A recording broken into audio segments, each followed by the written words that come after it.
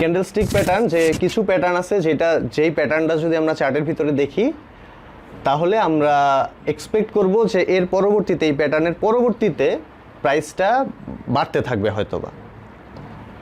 আর bearish candlestick pattern, সেটা যদি আমরা মানে এই প্যাটার্নটা যদি আমরা চার্টের একটা জায়গায় দেখি, মানে বিয়ারিশ প্যাটার্নটা হচ্ছে প্রাইসটা বেশি অবস্থায় আছে, ধরেন যে 50 থেকে 70 লেভেলে আছে বা 80 লেভেলে আছে, ওই টাইমে আমরা যদি দেখি যে এই বিয়ারিশ ক্যান্ডেল প্যাটার্নস, তাহলে এক্সপেক্ট করা যায় যে ওইটা আর কন্টিনিউ করবে না বুলিশ মুভমেন্টটা, তখন হয়তো বা ফল করবে।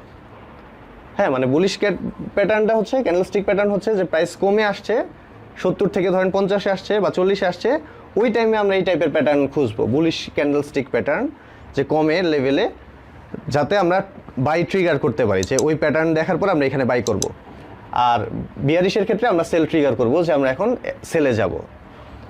যদি আমরা এখন কয়েকটা বুলিশ ক্যান্ডেলস্টিক প্যাটার্নস দেখি, তো একটা হচ্ছে যে হ্যামার, যে প্রাইস ওই যে এক্সাম্পলে ছিলাম যে 70 টাকা থেকে কমতেছে বিভিন্ন মানে প্রাইস মুভমেন্ট করতে করতে কমতে এইখানে এসে আমরা জাস্ট এই যে এই টাইপের হ্যামার একটা যদি দেখি, এই রকম প্যাটার্ন, যেখানে এখানে কিন্তু ওপেনটা মোটামুটি ওপেন অ্যান্ড হাই হচ্ছে যে আপনার সেম, প্রায় শেয়ারের প্রাইসটা ফল করছিল, মানে ব্যাপারটা কি যে এইখানে প্রাইস কমতেছিল কমে ফল করছিল, কিন্তু ফল করে আর মানে ওই ফলটা কন্টিনিউ করে নাই, পরে আবার উপরে উঠে গেছে।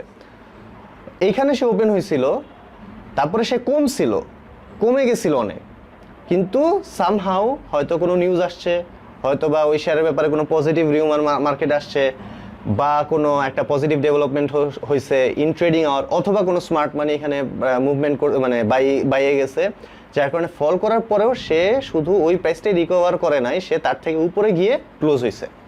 তো এইরকম হওয়ার পরবর্তীতে যদি আমরা একটা গ্রিন ক্যান্ডেল দেখি, তখন আমরা এটাকে বাইরে যাওয়ার ব্যাপারে একটা ডিসিশন নিতে পারি, যে আচ্ছা ঠিক আছে, শেয়ারটা 70 থেকে 50-এ আসছে বা 45-এ আসছে, তারপরে এই টাইপের প্যাটার্ন দেখলাম, তারপরে বুলিশ যেই মুভমেন্টটা, ধরেন যে এই গ্রিনটা যখন এই লেভেলে, তখন হয়তো আমরা কিনতে পারি, যে আচ্ছা ট্রেডিং আওয়ার ইন বিটুইনে যে হ্যামারও দেখতেছি, গ্রিনও আছে, মানে এটা হচ্ছে মেইন ফোকাস। তো এইখানে আমরা বাইটা ট্রিগার করতে পারি, ঠিক আছে, হচ্ছে হ্যামার একটা বুলিশ প্যাটার্ন মানে। আচ্ছা, তারপর হচ্ছে ইনভার্টেড হ্যামার, এই জিনিসটাই আর কি উল্টায় গেছে আর কি। আমি যদি এইভাবে ইন্টারপ্রেট করি যে সে ইনক্রিজড প্রাইসে ক্লোজ করতে পারে নাই, এই জন্য যে শেয়ারটা completely bearish, so sell pressure ছিল, প্রচুর সেল প্রেশার ছিল, স্টিল সে বাড়াইয়া অ্যাটলিস্ট সে গ্রিন ক্যান্ডেলে ক্লোজ করছে, তাই না? মানে সে এই পর্যন্ত নিছিল, প্রাইসটা এই রেড ক্যান্ডেলটাকে ক্রস করে উপরে চলে গেছিল, যেটা একটা খুবই পজিটিভ সাইন, কিন্তু সে ক্লোজ করতে পারে নাই, যেহেতু সেল প্রেশারটা এতদিন ধরে সেল প্রেশার ছিল, হুট করে বাই দিয়েই একটা শেয়ার কিন্তু চাইলেই বাড়ানো যায় না। তো যাই হোক, তো ওইখানে হচ্ছে সে গ্রিনে ক্লোজ করছে, তো তারপরে গিয়ে যদি আমরা দেখি যে এটার উপরে এরকম গ্রিন ক্যান্ডেল পাওয়া যায়, তখন আমরা হয়তো বা বাই ট্রিগার করতে পারি।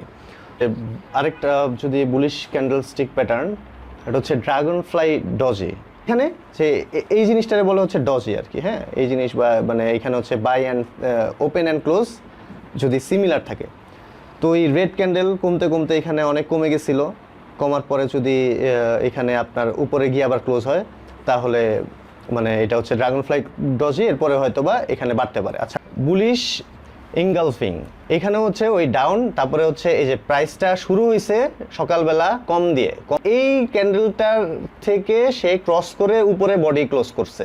নট অনলি দ্যাট, সে আগের যে ক্যান্ডেলস্টিক ছিল ওইটার বরাবর চলে গেছে। সো এখানে যত সেল প্রেশার ছিল বা ম্যাচিউরড ভলিউম ছিল, যেটা আমরা বলি যে শেয়ার মানে T-2-তে এখানে হচ্ছে যে এই শেয়ারগুলা বাই হয়েছিল, ওরা সাধারণভাবে এই শেয়ার এখানে সেল করতে পারবে।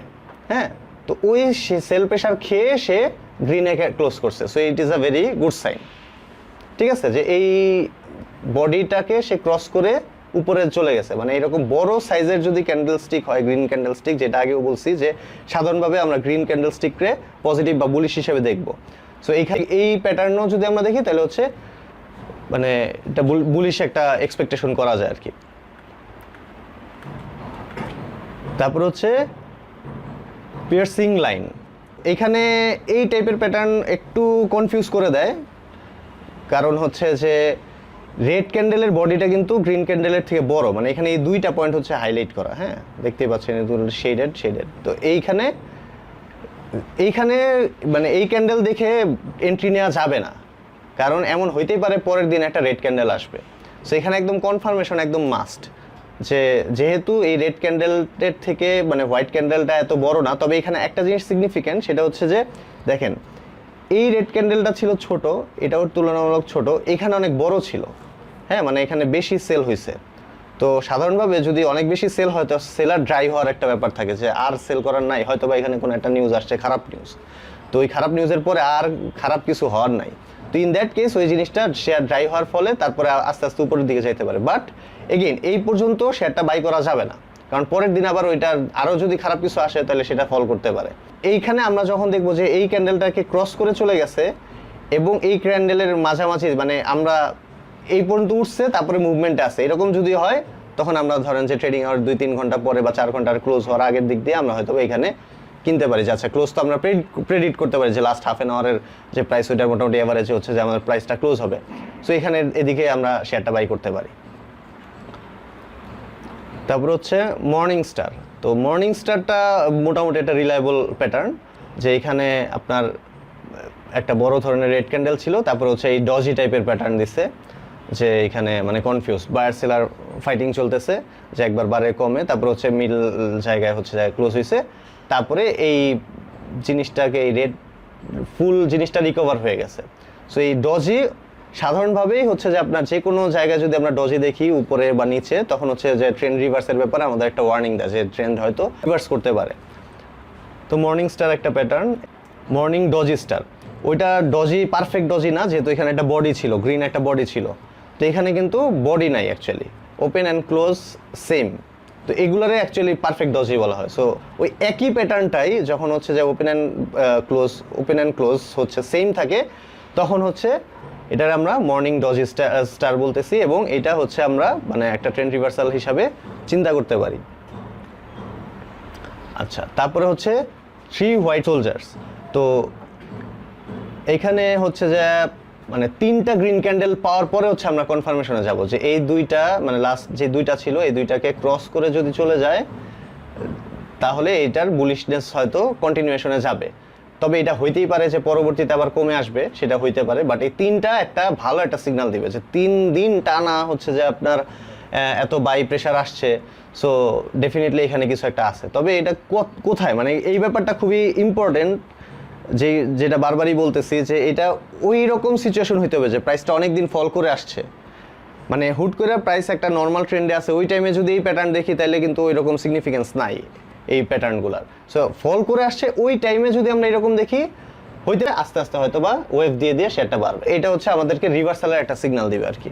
এখন ক্যান্ডেলস্টিক প্যাটার্ন অ্যাকচুয়ালি হেল্প করে, ধরেন বুলিশ ক্যান্ডেলস্টিক প্যাটার্ন পাইছেন, তার আগে ওই শেয়ারটারই আপনি ফান্ডামেন্টালি দেখছেন যে শেয়ারটার প্রাইস বাড়া উচিত, 50 টাকায় শেয়ারটা আছে, শেয়ারটার প্রাইস হওয়া উচিত 80 টাকা। সো একটা সাইড থেকে আপনি গ্রিন সিগন্যাল পাইছেন। টেকনিক্যালি আরও অন্যান্য বিভিন্ন ধরনের টুলস আছে, বিভিন্ন ইন্ডিকেটার্স আছে বা সাপোর্ট রেজিস্ট্যান্স চ্যানেল এই ব্যাপারগুলো আছে, ওই জিনিসগুলোর থেকেও যখন দেখবেন যে পজিটিভ সিগন্যাল, ফান্ডামেন্টালিও যখন দেখবেন যে না শেয়ারটা ভালো এই প্রাইসে কেনা যায়, তখন যদি দেখেন যে ক্যান্ডেলস্টিক প্যাটার্নও এখানে সাপোর্ট দিচ্ছে, যে এখানে রিভার্স করার মতন প্যাটার্ন দিচ্ছে, বুলিশ ক্যান্ডেলস্টিক প্যাটার্ন দিচ্ছে, তখন ওই শেয়ারটা বাইরে যাওয়া যায় আর কি।